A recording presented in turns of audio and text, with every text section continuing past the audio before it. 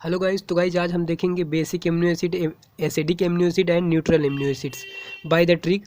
तो सबसे पहले शुरुआत करते हैं बेसिक एमिनो एसिड के ट्रिक के साथ, क्योंकि सबसे ज़्यादा क्वेश्चन इसी पे बनते हैं बेसिक एमिनो एसिड के केस पे।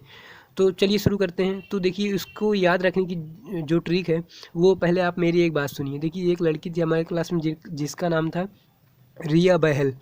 तो बहल एक टाइप का सरनेम होता है, ठीक। तो वही बहल आपको याद रखना है, रिया नहीं याद रखना है। रिया नहीं याद रखना है आपको, बस केवल उसका सरनेम रिया बहल बहल याद रखना है। तो बहल की स्पेलिंग जो आपको याद रखनी गाइज, उसके थ्रू आप याद रख लेंगे जितने भी बेसिक एमिनो एसिड्स होते हैं।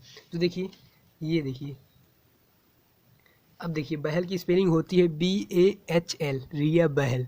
तो बहल के बी से हो जाएगा गाइज बेसिक एमिनो एसिड्स, ठीक।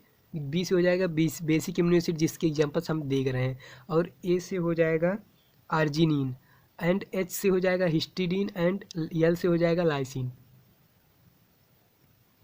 बी से बहल के बी से बेसिक एमिनो एसिड, ए से आर्जिनिन, एस से हिस्टिडीन एंड एल से लाइसिन। तो देखिए कितना आसान था।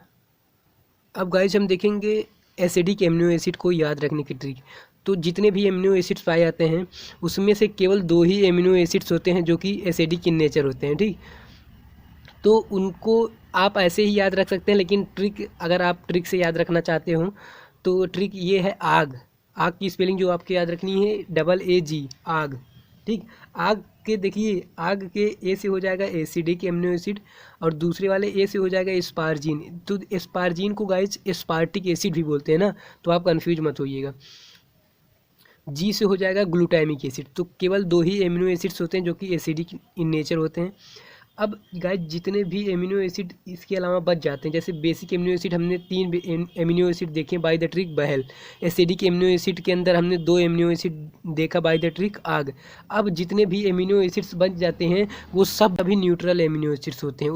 तो गाइज न्यूट्रल एमिनो एसिड्स के ट्रिक को याद रखने से अच्छा है आप बस फोकस करिए बेसिक एमिनो एसिड और एसिडिक एमिनो एसिड के, क्योंकि अगर आपको इसके दोनों के एग्जांपल्स याद हैं, और इसके अलावा क्योंकि जितने भी एमिनो एसिड्स बच जाते हैं वो सभी के सभी न्यूट्रल एमिनो एसिड्स होते हैं, उसके बहुत ढेर सारे एग्जांपल्स हो जाएंगे। तो कभी भी आप MCQ में अगर आपको ये तीनों एमिनो एसिड दिखे तो आप बेसिक लगाएंगे, ये दोनों दिखे तो आप एसिडिक लगाएंगे। और इसके अलावा इन पांचों के अलावा कोई भी एमिनो एसिड आपको दिखे, कोई भी एमिनो एसिड दिखे और पूछे ये किस नेचर का है, बेसिक नेचर का है, न्यूट्रल या एसिडिक नेचर का है, तो तुरंत आप न्यूट्रल लगाएंगे, न्यूट्रल एमिनो एसिड।